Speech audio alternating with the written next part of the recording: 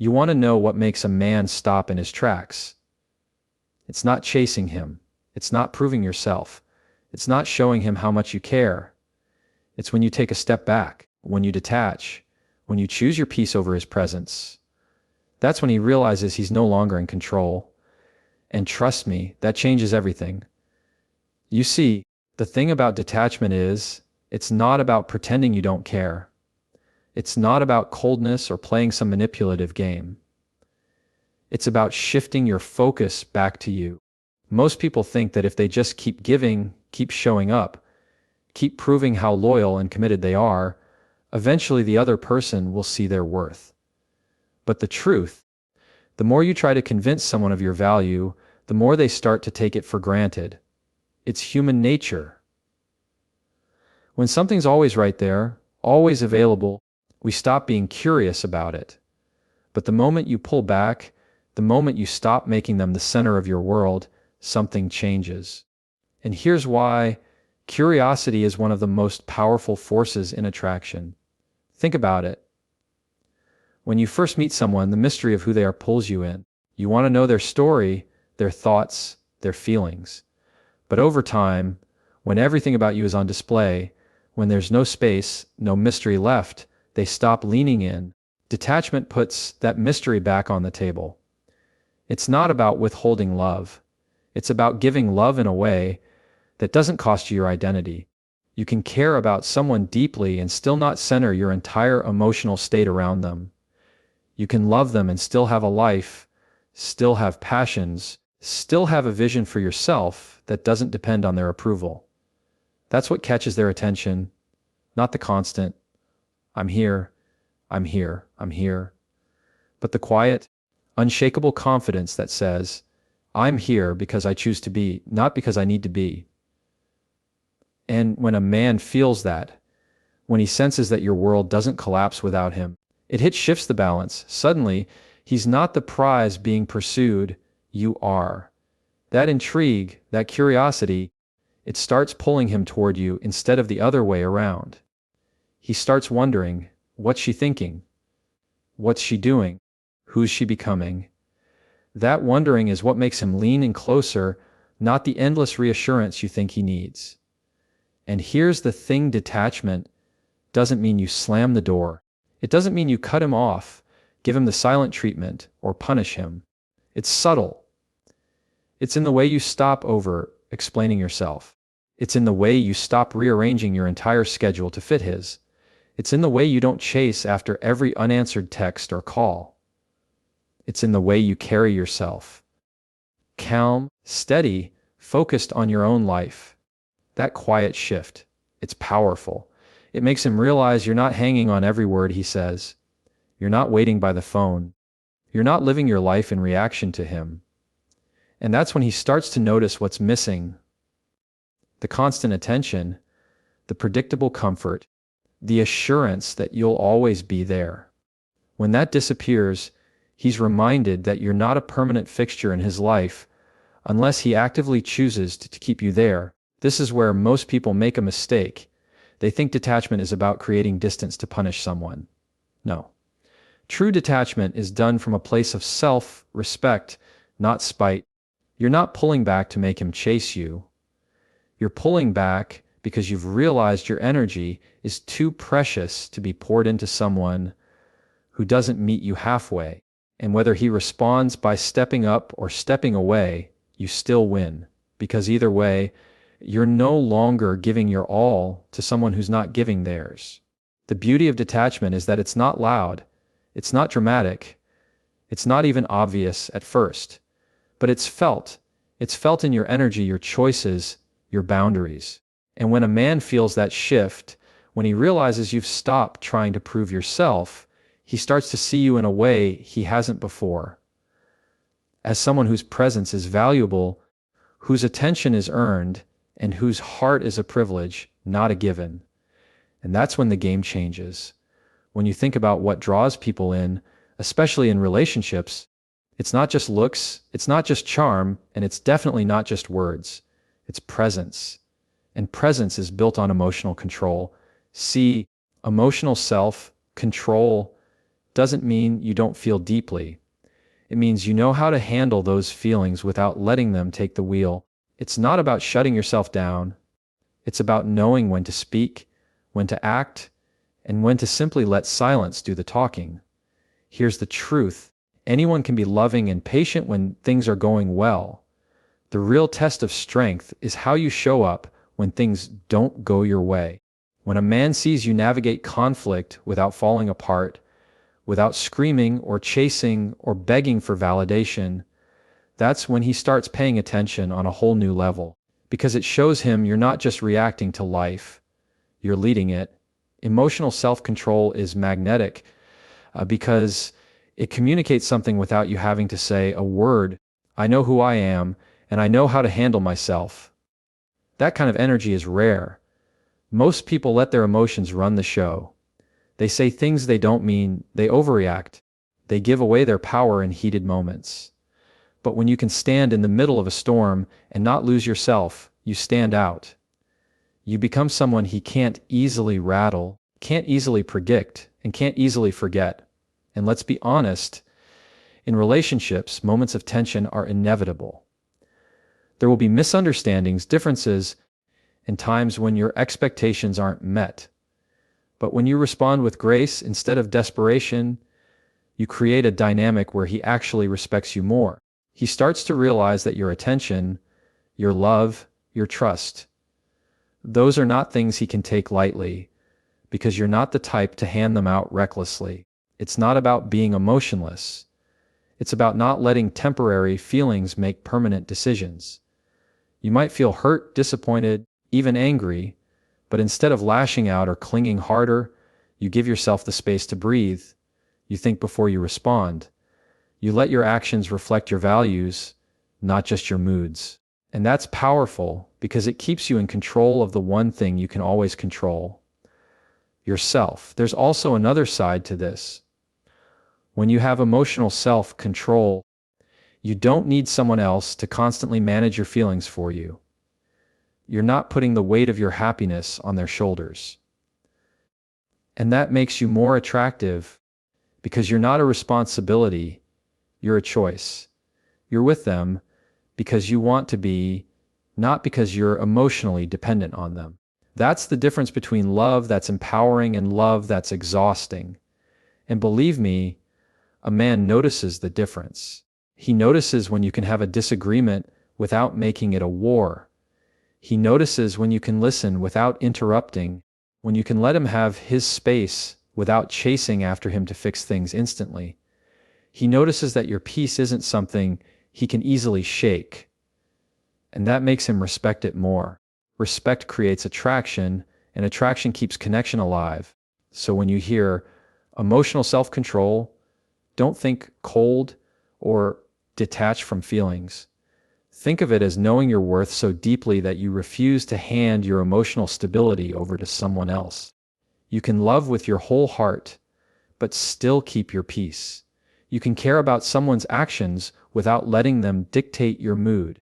And that kind of balance is rare enough to make someone realize they don't want to lose it once they've found it. Because when you can love without losing yourself, you stop being an option and start being the standard. When you decide to detach, something subtle but powerful happens. The value shifts, and it doesn't shift because you suddenly became more worthy. You were already worthy. It shifts because you stopped giving away that worth for free. You stopped treating your time, energy, and love like it was something anyone could have unlimited access to.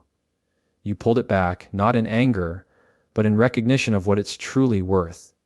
See, when you're constantly available, constantly bending over backwards, constantly adjusting your life to fit someone else's, you send the message, whether you realize it or not, that your time isn't as valuable as theirs.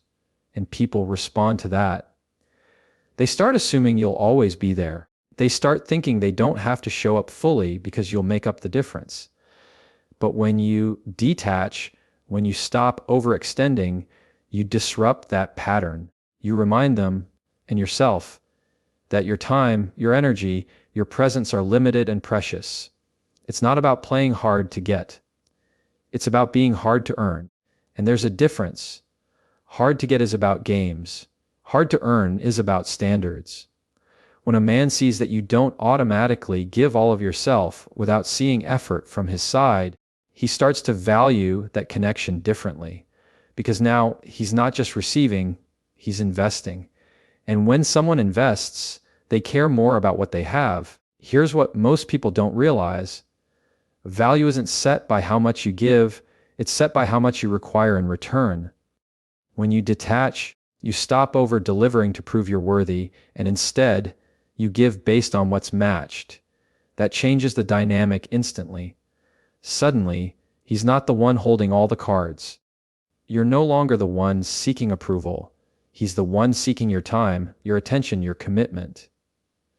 And let's be real, people treat what's rare differently. If someone knows they can see you whenever, talk to you whenever, get your emotional support whenever without putting in much effort, they stop feeling the urgency to protect that connection. But when you create space, when you show you have your own life, your own priorities, your own self-respect, you create that sense of rarity. He starts realizing that if he wants to be a part of your world, he has to make it worth your while. This isn't about arrogance. It's about balance.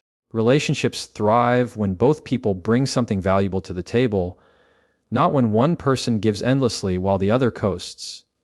Detachment resets that balance. It stops you from overcompensating and forces him to step into his role fully. And the moment he feels the weight of having to contribute, he also feels the reward of earning you. It's also worth saying, when you value your own time, others naturally follow suit. If you show up to every last-minute plan, drop everything for every small request, or accept half-hearted effort just to keep someone around, you're teaching them that's all it takes. But when you start aligning your availability with the respect you're shown, you're teaching them something different, that being in your life is not a right, it's a privilege. So when you detach, you're not taking something away to punish him. You're restoring the natural value of your presence. And whether he chooses to rise to meet it or not, you've already won. Because now the value isn't in how much you can give, it's in how much you require to let someone stay. That's when he realizes the privilege was never in you having him, it was in him having you. Scarcity changes everything. It's a truth we see in every part of life. The rarer something is, the more people want it.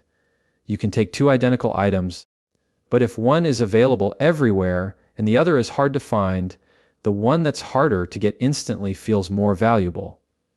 That's how the human mind works, and relationships aren't any different. When you detach, you naturally create a kind of scarcity, not by playing games, but by living in a way where your presence isn't constant or guaranteed. When you're always available, always answering right away, always ready to drop what you're doing, you unintentionally remove that sense of urgency.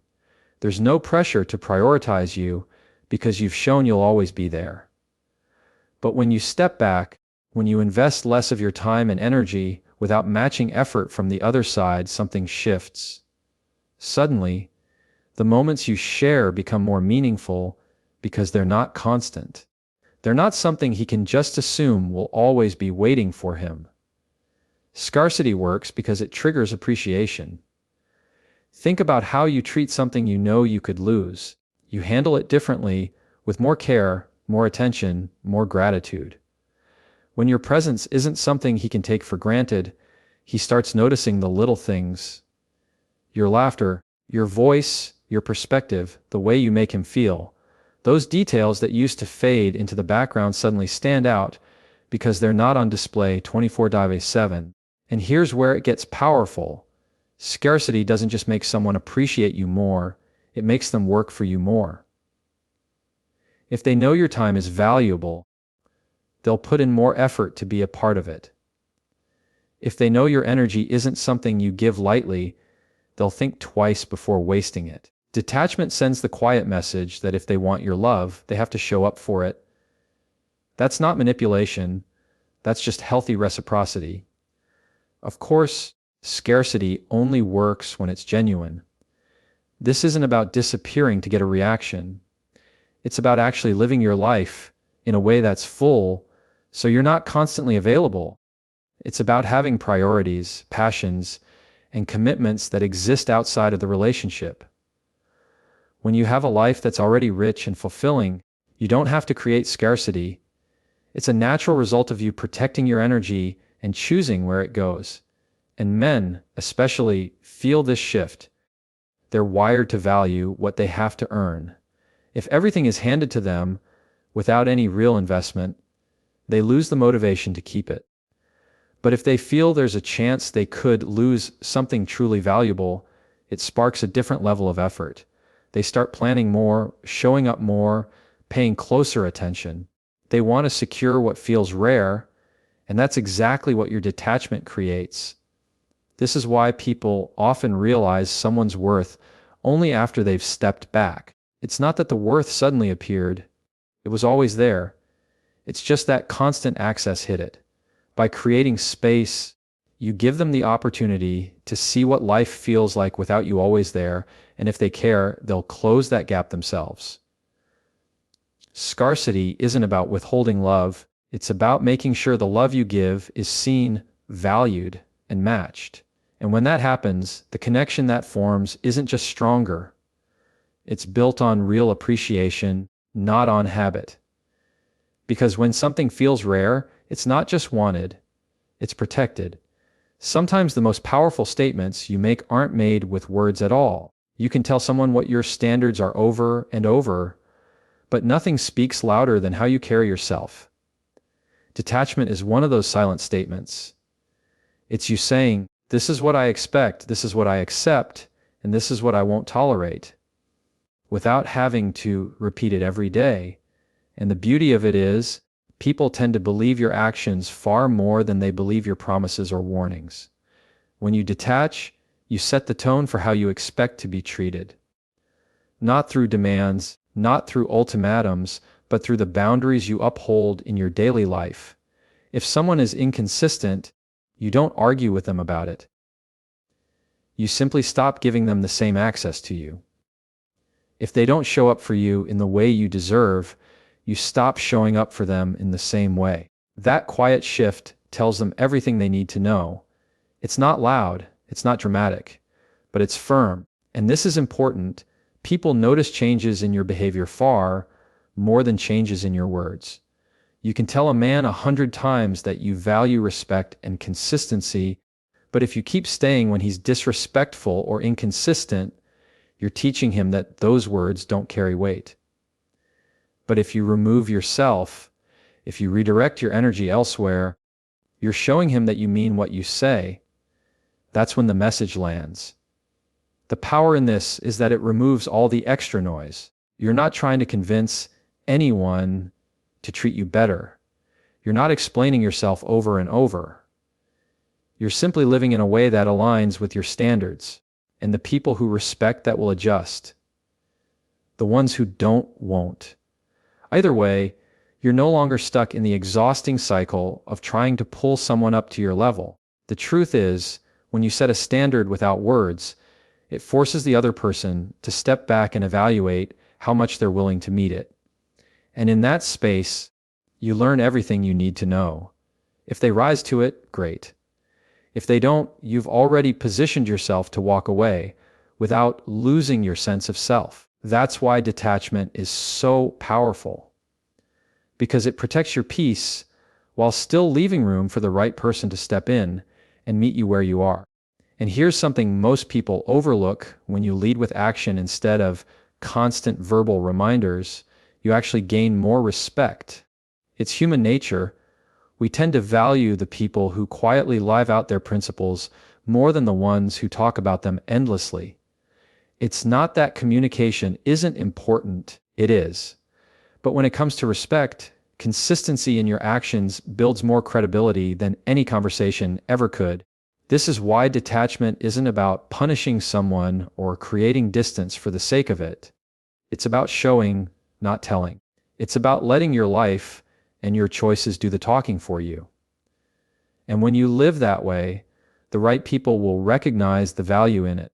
They'll want to rise to meet it because they'll know you're not bluffing. Because in the end, when you set the standard without words, you don't have to demand respect.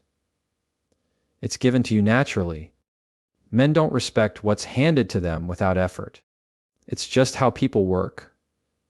When you don't have to work for something, you don't value it the same way. Think about it. If someone gave you a brand new car for free, without you ever having to earn the money, put in the hours, or even ask for it, it would still be nice, but you wouldn't treat it the same way as the one you saved up for, the one you worked for, the one you invested in. Relationships are no different.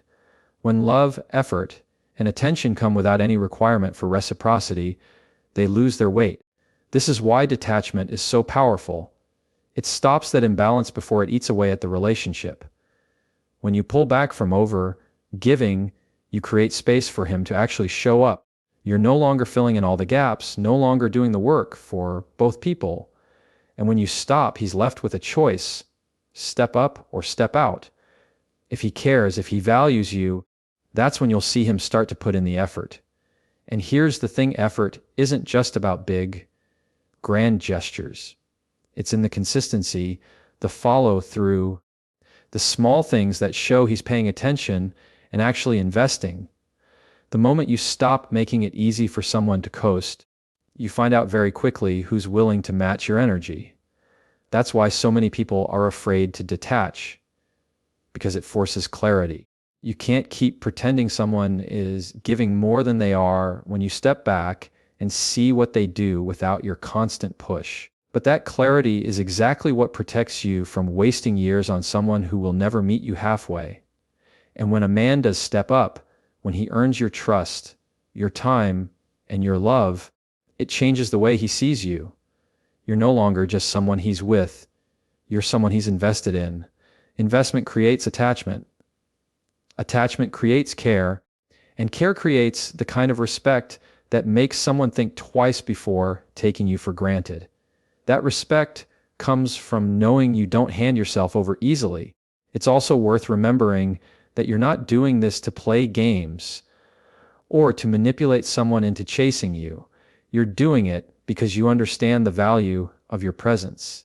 If someone wants the benefit of having you in their life, your support, your energy, your loyalty, they have to earn it through how they treat you. And the beauty of this is, once you live by it, you never have to explain it. The right man will recognize it immediately because it's felt in the way you carry yourself, the way you prioritize your time, the way you won't settle for being an afterthought. Men respect what they have to earn because earning something changes how you see it. It stops being something you stumbled into and starts being something you actively chose, protected, and fought for. And if he's the right man, he won't resent the fact that he had to work for you. He'll take pride in it. Because the truth is, anything worth keeping is worth earning.